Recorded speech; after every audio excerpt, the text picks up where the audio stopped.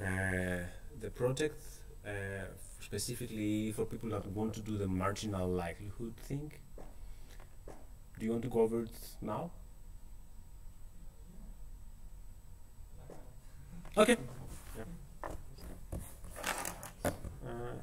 Democracy in action.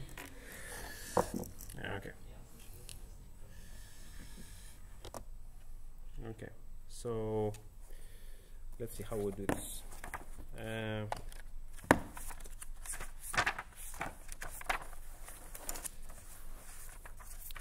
Okay.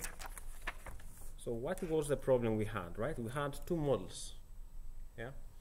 And one model said we are conditionally independent, and the other said not. Yeah. Okay. So let's write the conditional independence model first, maybe. So have well, one model has parameter theta, okay, and such that the probability. You cannot see anything because I have this on the wrong part of the screen, sorry. Now you can see.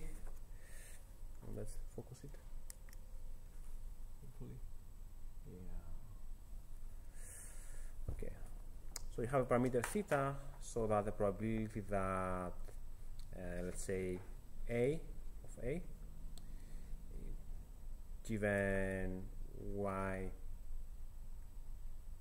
is equal to theta YA. Okay, so you have one parameter like this. Okay, now actually, because A only takes two values, we only need one parameter. Yeah? So let's say actually we have this model. A given Y and theta is distributed Bernoulli. Yeah. With parameter theta Y. Okay. Right. And we can select, and we have two different Y's, right? Use, so this is called, let's say, model mu 0. For model 0 there's independence, so this is the only thing we care about. And then we use a beta prior so that the probability of theta Y, okay, is coming from some beta distribution.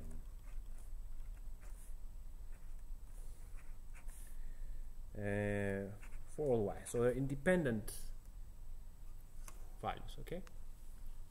It could be a different distribution of, it could be different value of theta for Y equals 0 and Y equals 1, okay, or Y equals 2 or 3. But here it's only two Y's. Okay, is this okay? Yeah, okay. So now let's focus. Let's start with this model. Okay, now we want to calculate the marginal likelihood of data for the whole model, right? Okay, how does this work? Well, we have the A's and the Y's. Okay, so we have A1, Y1, AT, YT. Okay, and we can calculate this probability. Let's call this D. Okay, so probability of all the data. We assume independence with every sample. So this, if we know the parameter, then this basically is probability of AT and YT. Okay? Yeah. And this one is also probability of AT given YT, probability of YT. Now here we see the probability of YT coming up. Yeah. Now it's not going to be important because when we look at the probability of the data for one model and the other, this term is going to be the same, so they will cancel out. Okay. Okay, now let's consider the other model. For the other model, we also have the z. Okay, we're not integrating over theta now, but just for one specific theta. Yeah. But we can do the same for the marginal likelihood. There is no difference, right? We don't really care. So we can just write the probability of the data.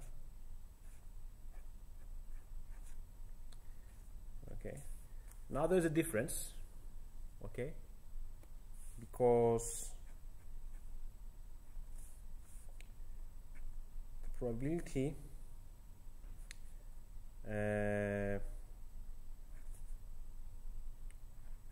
under model 0 of 18 yt depends on all the previous data, right?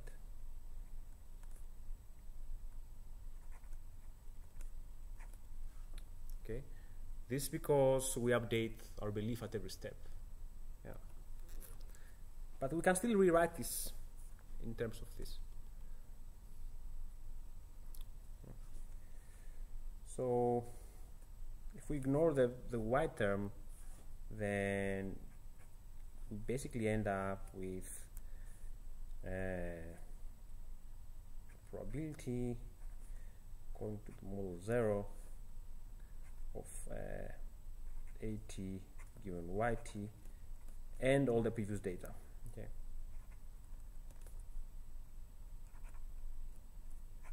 And you can write this as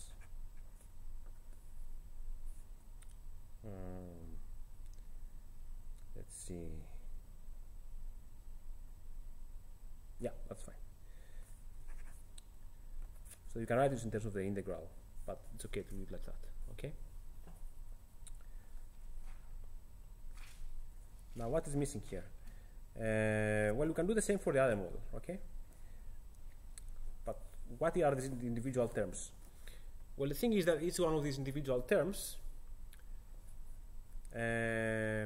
corresponds to the marginal likelihood for the beta distribution of the specific value of y.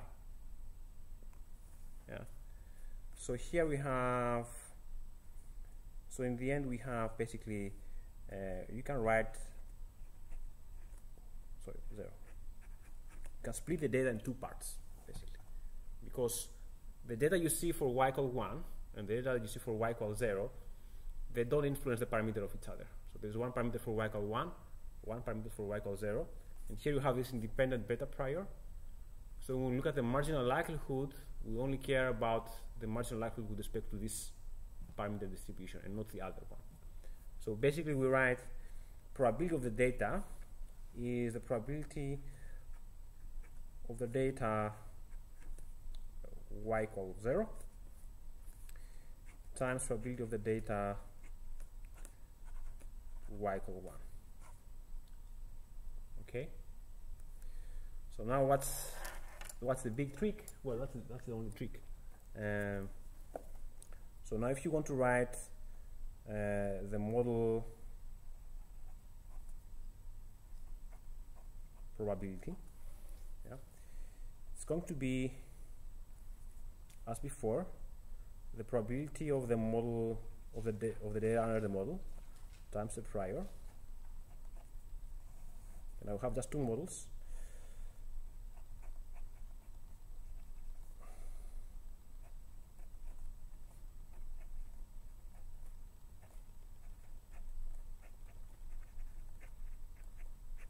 Okay, and for model 0 we have that, as before, probability model 0 of the data is just probability of model 0 for y equals 0 data and for y equals 1 data, and for the other model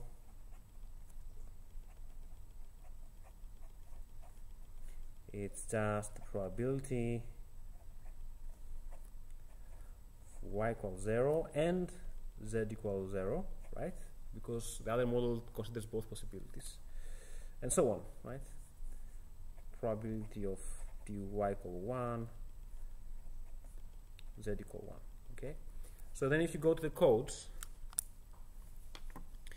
we basically have marginal likelihood for each model for these 2 terms and the other one for these 4 terms. And these 2 terms go there, and the 4 terms go here and here. And if those they are the same, then we just, if this probability and this one are the same, then half and half, then this go away. So we just have this very simple ratio. So the basic idea is, okay, the models have independent components, each one of them. So one parameter looks just one part of the data, only the rows of the data for which y equals 0. The other one, y equals 1. The other one has 4 parameters. Each one is for y taking one value and z taking another value. So you just calculate the marginal likelihood of every sub-model. And then you just multiply them together. And this is the marginal likelihood of the whole model. And then you're done. You just use base and you're finished. So does this actually work? Is the question. Where am I? There. Does this actually work? Here. Okay. Yeah. Well, we have this calculated for 2 cases. We need to calculate for everyone, right?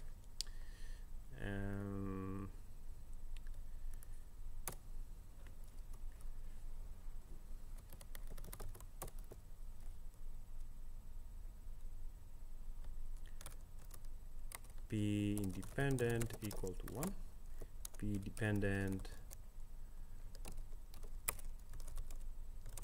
to 1. So let's just write in the code P independent times PD positive times times PD negative, and P dependent times PD. Okay, so this loops twice, right? Over the y's, -1 and 1. So we get 2 values, like what we had in the other case for the independent model. For a dependent model, for every y, we have different values of z. So we just multiply those 2. Okay. So then let's see, maybe you can get a posterior. So assuming equal probability for both models, then hopefully posterior probability of independence is going to be P independent divided by P independent times P dependent. Okay, so hopefully this works. Let's see.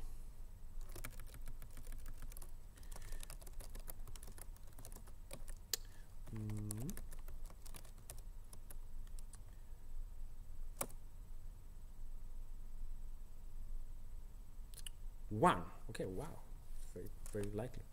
Is it really independent though? So let's see, how do you generate the data?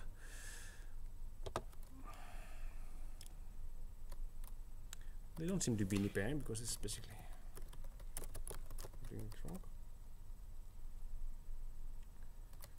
That's pretty high. Maybe I'm doing something wrong, but how much data do I have? 100. Let me make it smaller.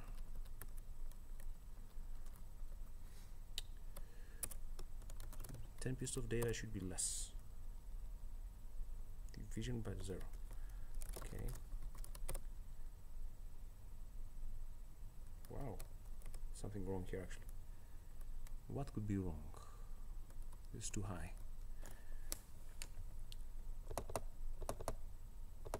This one should be actually, this is the independent model, right? And this is the dependent one. I'm confused now.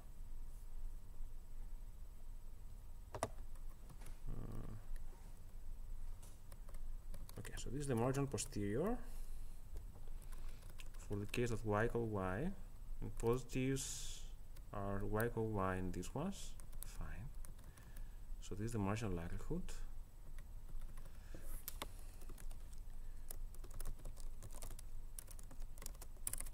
Okay, just run it again. Yeah, okay. Yeah, so the dependent model is much higher, but when you multiply them, you get 9 times 5 is 14. So it should be slightly higher to be dependent than independent, right?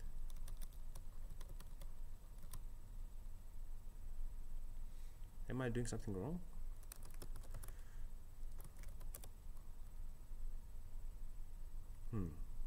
Strange.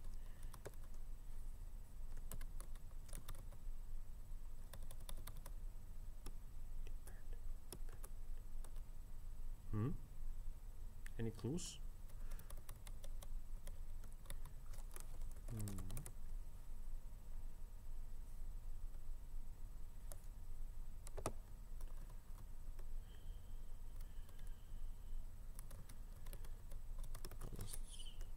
That's very strange.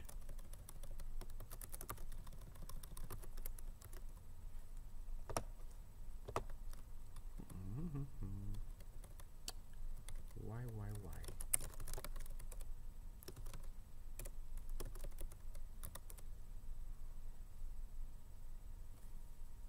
Okay, so it's not less likely to be independent. Fine.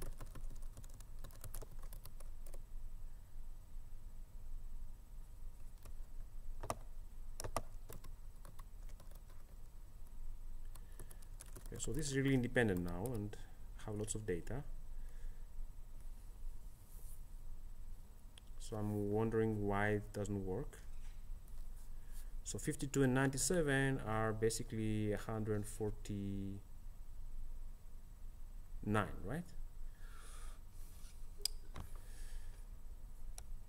Yeah. So they're about the same order, slightly less probability for the dependence. So it seems okay.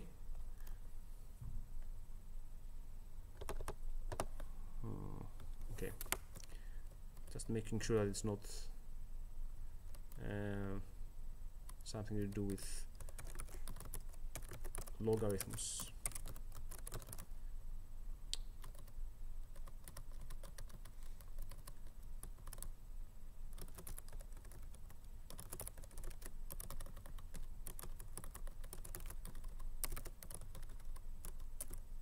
Oh, yeah, I just put the wrong name, right?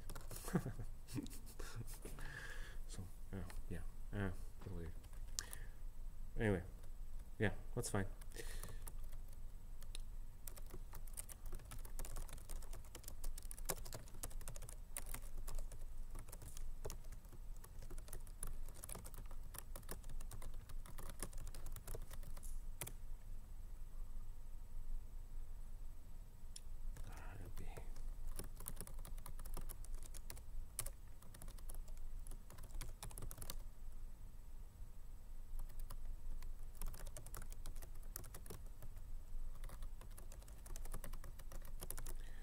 Well, this is too much.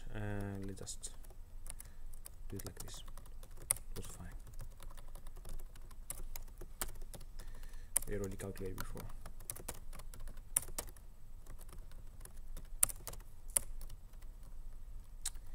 Okay. I just want to ask, since you have been taking also the other course in parallel, what have you been working on in the other course? Yeah. We just started with decision trees. Okay. So yeah, back in next time well, in a few weeks we start doing boosting. Becomes lines. Okay. About neural networks, generalized additive models. Yeah. Okay. Generalized linear models or generalized additive models? Additive. Okay. Fine. Okay. So is it more from a statistics background or algorithms? Statistics. Okay. Okay, so it seems to be working now. So you're independent and it shows that you're independent. Here you're pretty much dependent. I just make this basically Z plus some noise. So yeah, independence probability becomes almost 0, right? And the original one was that it just depends on X, right? And it's probably not independent. It's still minus 16, right? But if you have very few pieces of data, then it's not really sure anymore. It's like 50-50, right? Yeah. But if you have a strong correlation, even with very small amount of data, then it should still give you a lower probability, like 40%. Yeah. Okay.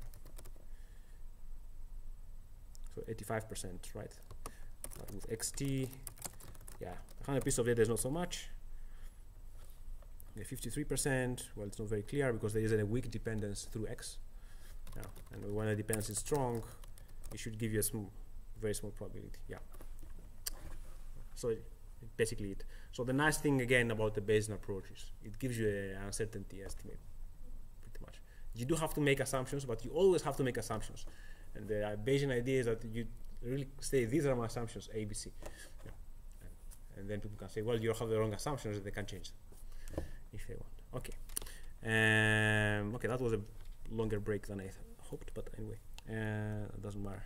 We have quite a bit of time this week. So let's go back to talking about this. So we talked about a naive metric where we just look at L1 difference between the ratings. Also a case where some things are not shared, so we just ignore those. And then we mentioned that you might have some other information about users, right? And for example, you could have a social network data. So even if you have never rated a movie and know which movies you liked, maybe on Facebook, but also know which movies your friends liked, and because you're your friends, I imagine that maybe they like similar movies to you. Yeah. So you can infer connections that way. But again, let's say you don't even have this, but you would like to infer what is called the latent representation of what is actually in the network. So you see some data, and you can assume that the data comes from something hidden underneath. Okay, so this is what's called the latent representation. This is very, very big in neural networks, especially. You say, well, you have this very big neural networks, and things in some of the middle layers of the neural networks are kind of a nice representation of what the data is like. So, but this idea is not restricted to neural networks. It can be anything. So,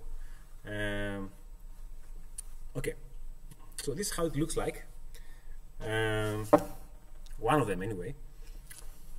So the first idea is that, okay, every user U rates a movie M by some rating XUM, if they have rated it. They give a 0 otherwise.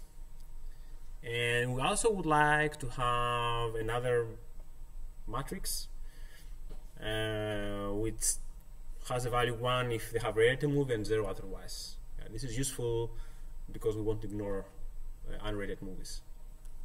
Okay, now the basic idea is we have two vectors or two matrices, and one is the movie matrix representation and the other is the user matrix representation. So for every user we have, let's say, a vector saying how much they like a certain type of movie, for example. Okay. If you think about movies specifically, you can say that he likes great. Let's say that there are movie types, and movie types are like great horror movie, stupid horror movie, old black and white movie, new black and white movie. So every possible thing, and every movie can have. If you handcrafted this, you can say that every movie would have a specific higher value in some futures depending on how close they are to bad horror movies or good horror movies. So a person that likes good horror movies would have a high value for the corresponding future there, and a corresponding future for good horror movies would include all the good horror movies. So then the idea is that you basically can predict user ratings by taking the inner product between those two vectors for a user and a movie. Okay. It's a very simple idea. It's the first, I think the winner of the Netflix competition basically used this as a representation. Okay. Now this is fine. If you do this, then you can write in matrix form like this. So you have a matrix of guesses. If you have a C and if you have a Z, then you could get your movie ratings. But this is not enough, maybe. First of all, we would like to, well, this is not enough. This is what you could get, but how do you actually get the C and Z? That's the question, right? So one idea is to think about it as an optimization problem. So you look at the difference between, so basically this R matrix just ignores movies which have not been rated for specific users. But otherwise you can just think of x hat minus x, the difference between the predictions and the actual ratings. And just multiply them together. Yeah. And you get basically a vector again, but that's fine. You can try and minimize the sum of this vector, the sum norm of this vector. Okay, that would be the basic idea.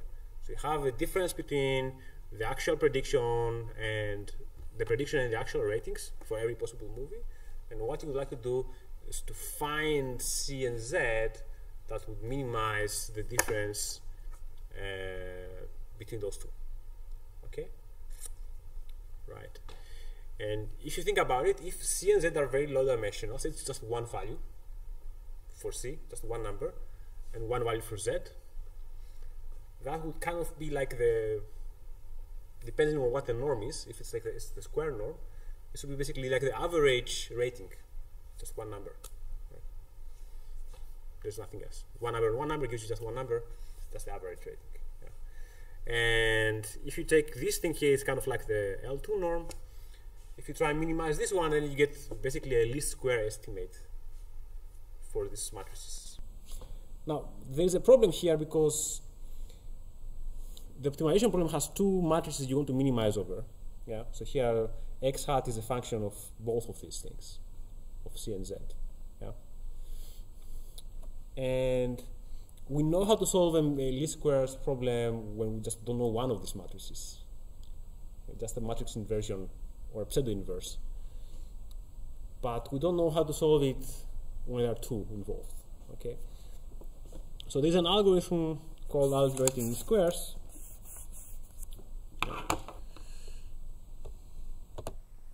How does it work? Let's see.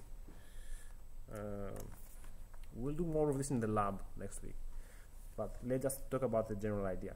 So basically you want to minimize, You can't see again. I will just swap it now. Yeah. It's fine? Yeah. So you want to minimize some function like this, and it's difficult to solve the minimization problem exactly, so instead you do this iterative minimization. So for t1 to t, you just say, well, ct is argmin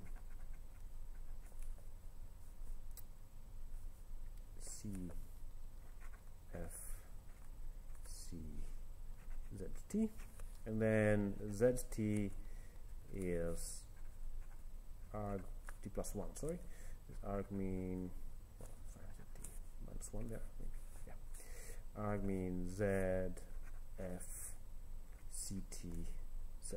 Okay, so that's the basic idea. You alternate minimizing each one of those two things, and if you look at it as an optimization problem more generally, let's say as your function is like this, so this is f equal 2, f equal 1, and then here it's 0. Yeah. If you start some point here, right, and you want to minimize in one dimension first, you would go there. Then you minimize in the other dimension, you go here. And you minimize in the other dimension, you go there. Yeah. So basically, small number of steps. Okay. If it's a different shape, then it takes more time. But here it's kind of symmetrical. So this is nice. The specific alternating least squares algorithm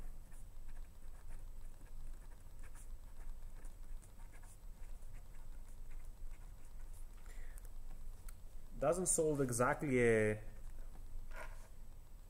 an inversion problem. So typically, what you need to do is to want to find the inverse of a matrix. So it involves finding, let's say, W minus 1. But a lot of times this matrix has a low rank, so what you do is you replace this with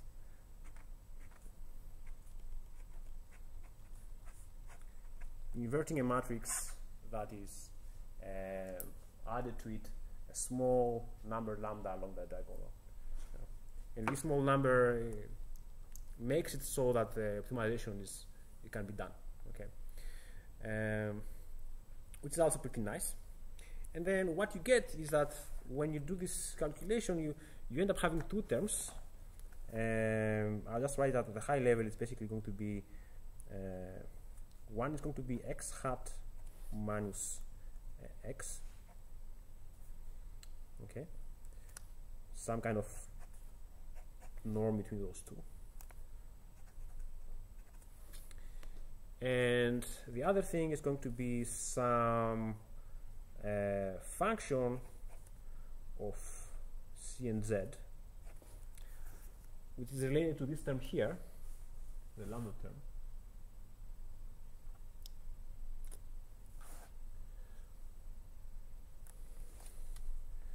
Basically, this is going to be lambda cc and lambda c norm plus lambda z norm. So it penalizes large values of this. Yeah. So this is an optimization problem. They kind of came up with it by saying that, okay, we want to have this linear representation. We know how to do least squares minimization, so just use this nice procedure, and this was very successful actually. Yeah. But we don't want to focus on specific algorithms so much here. Okay, just measure this, and you're going to work with it to see how it does in the course lab. But what we would like to do here mainly is work with general ideas and formalizing a problem in terms of a latent variable problem. Yeah.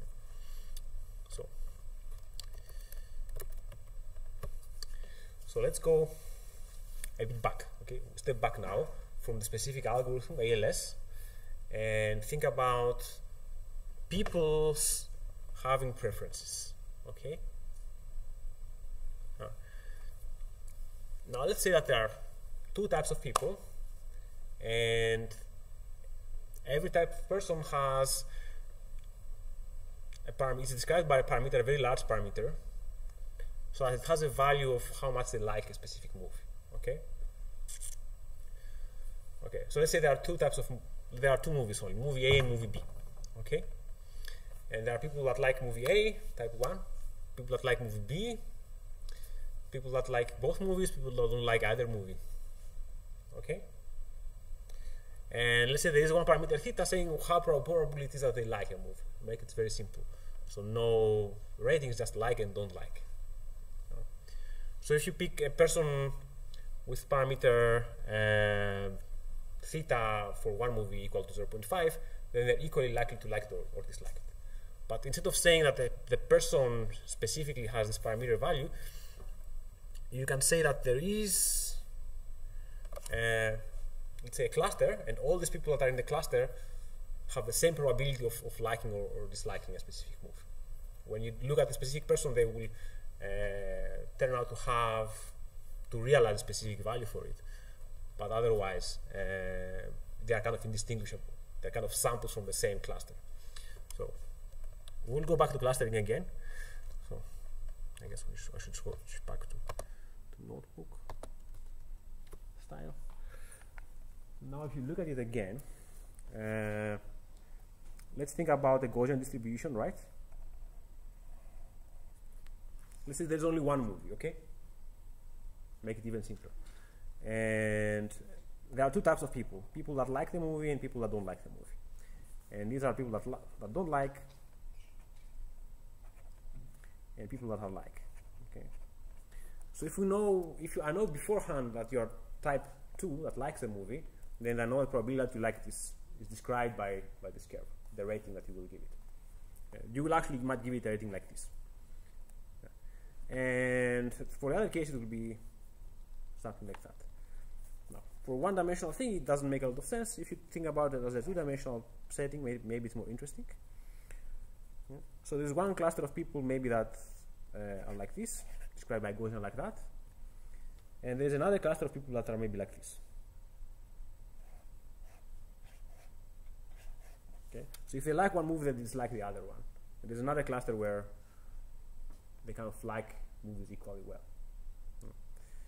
And if you can imagine like a more high-dimensional Gaussian, it would be like you could infer which cluster people came from a few observations of what movies they like, and then because you have already observed enough things, that you can say, okay, they come from this cluster. So for these two new movies, I can guess that their distribution of ratings is somewhere here. So if you can guess if they're in this cluster or that cluster, you can guess what their rating is going to be.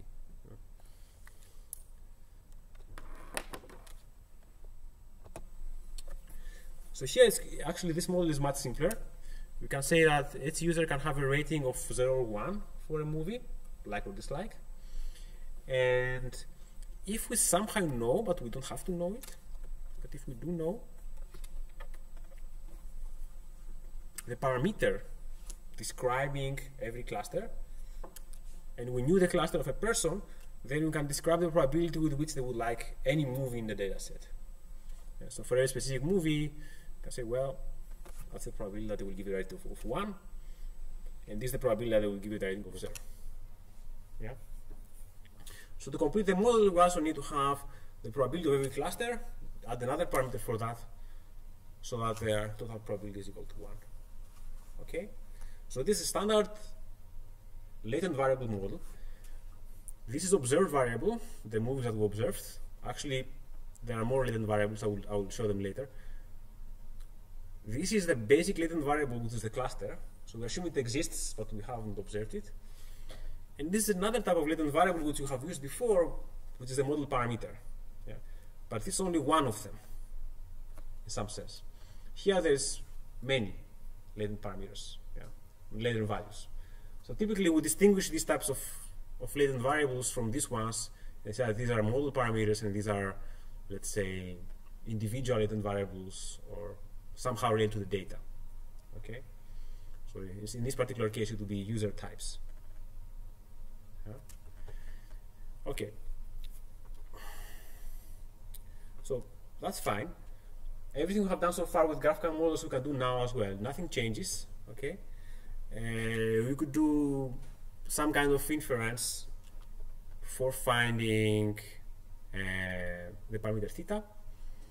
And if we know the parameter theta, then we could try and guess the cluster of every user. In fact, the AELS problem is kind of like that. It's like they guess a value for theta and then they estimate these clusters. So if you look at the preference model that is more similar to the AELS idea, it kind of looks like this. You have a description of the user, C. You have a description of the movie, Z. Yeah. And together those define a distribution for possible values of ratings for the users. Yeah. Specifically, you can say that the distribution of ratings for a user for a specific movie is the vector describing the user dot product with the vector describing the movie. That's exactly the same thing as in ALS, right? But we don't have a specific value now. We say, well, it's actually centered, it's a normal distribution centered around that. And there is a variance, and the variance depends on our parameter theta. Yeah? So it could be more variance or less variance. We don't know. Yeah? But if we have a theta, then it's specific variance. And then we can also say, well, we don't really know what these are, but we have some prior for these possible values for vectors of movies. And we can say that it's a Gaussian prior as well, centered around 0. So expect future vectors to be centered around 0. Yeah. And then you basically get if you write the joint likelihood or the joint probability of all these things, you basically get the exponential of the cost function of the ALS method. So you can define the maximum likelihood problem of solving for this model as being in effect the same thing as the ALS. I'm not saying this to say that ALS is a bad algorithm or it's very simple. I'm saying that if you read from an abstract perspective, what you're doing with ALS is you have a latent variable model. It includes descriptions of movies and descriptions of users, and you have a parameter in the model as well that describes more high-level things like how much to penalize values of large values of the descriptions, and you can solve them all together in one optimization problem. In some cases, like with ALS, you have an efficient solution. In other cases, you need to have more general algorithms that are slower. Okay, but this is not the whole picture. Okay, even if we could solve this, let's say we do it in a nice Bayesian way, if you like, and have a distribution for everything. So because we like it, this hasn't solved anything. Let's say that we have a given theta, right? Specific theta. So we don't even have to learn that, but we still have to guess what are the possible C's and Z's. And we have some data X. Okay. Now we have also X1 and X2, where you don't know the rating. So these are also latent variables, right? So this is the full model now. We have the C and the Z that are latent, X1, X2, and X3 for specific movies and users' ratings. And these are the data we actually have. Yeah. And we have to guess all of those together at the same time. Yeah, that's fine. In our model, it's pretty simple because this one here basically is completely specified from C and Z. And then we say that it has a distribution which is normal distributed with the center around the dot product of these two. So it's not difficult. But now the difficult thing is this. We talked about it in the beginning today. What we really want to do is maximize utility according to what we know.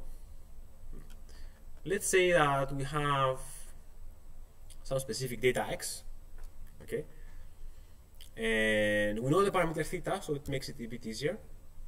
And we'll find the optimal pulse. Pulse is maximizing utility. Let's make it very simple and say that the utility only depends on the reward we get right now. So if somebody clicks on a movie that we recommend or not, and let's say that the action is recommend movie 1 or movie 2. Yeah, I have just 2 movies here. Now, if you just write this expectation out, because the policy is very simple, it just takes 2 actions. First of all, we can just replace it with recommending movie 1 or movie 2, maximizing over that. Now, we want to marginalize over all the possible other variables, right? So first of all, let's marginalize over C and Z. We'll have U of A and Y. Okay, so we know the utility depends on what we do and what the user does. So Y is what the user actually does, right? We have the probability of what the user does given our action and what is this latent representation of the movies. Yeah. And this is now probability of these latent representations given our data. Fine, we can compute that, fine. But this thing here, it's not part of our model yet, okay? We don't have it in the data because we don't have it in the data. We recommended something and we got something out. In the end, the only thing we have is some users rated some movies, nothing else. Yeah. So this is missing from the model. Yeah. So can we make it? Can we solve it? Okay, let's expand a bit more. Now, we can just look at all the probable movies that we could recommend. I'm marginalizing over the x's. So XA is now the rating that the user could give to movie A. Yeah? So I recommend a movie. A is which movie I recommend, 1 or 2. and our model tells us the rating of this movie given C and Z as a probability distribution. So if I know the representation of the movie, then I can actually guess a distribution for the ratings of the movie for a specific user. So I have a distribution, I have a value of probability for every possible rating. In this case, there are only 2 ratings, 0 and 1, like or dislike. So now the question is, there's only one thing missing that is not in the model. It's this one. What's the probability of somebody buying the movie if I recommend it and if he likes it? And the probability that he buys the movie if I recommend it and he doesn't like it. Yeah. In this simple model anyway. So if you have this, then you have basically a way of defining, myopically at least, a policy that is optimal. Okay? So it is assumed already that you know theta, that you can solve this maximization problem because you have only a small number of movies, and so on. But already here we see that we are missing an element from the data we have. And this element, what people will actually do when you do the recommendation. Yeah. So we'll talk much more about this in 2 weeks. Tomorrow we'll talk more about inference with latent variable models and using PyMC, Python Monte Carlo. Do it. And next week we'll talk about how this relates to other problems in graphical models, like you have data that you obtain using one policy, let's say a specific way to do recommendations. What happens if, what can you tell from this old data about using another policy? So I collected data using a specific policy. Now if I change my policy for collecting data, then what would the result have been? It's like a counterfactual idea. And other things related to causality, like you have confounders that you don't see, and things like that, which are, I think, important in general for statistical inference. And we will treat here the high-level ideas a little bit. And these are very, very interesting research topics for people that do statistics. And they have seen also, let's say, a big resurgence with neural network ideas for using latent representations to basically, together with causality. We'll go into that a bit later. Yeah. But for recommendation systems, I think it's a good example of doing all those things at the same time. So it has all these elements of causality, confounders, inference, that is with latent variables, online recommendation, that's online decision making, and kind of feedback effects from what you do. It depends of affects the data you get, so it will affect also your future decisions somehow. So you must be kind of careful how you make decisions, because it affects your information as well as your utility directly. Okay, so that's all for today. Tomorrow it's more like modeling stuff.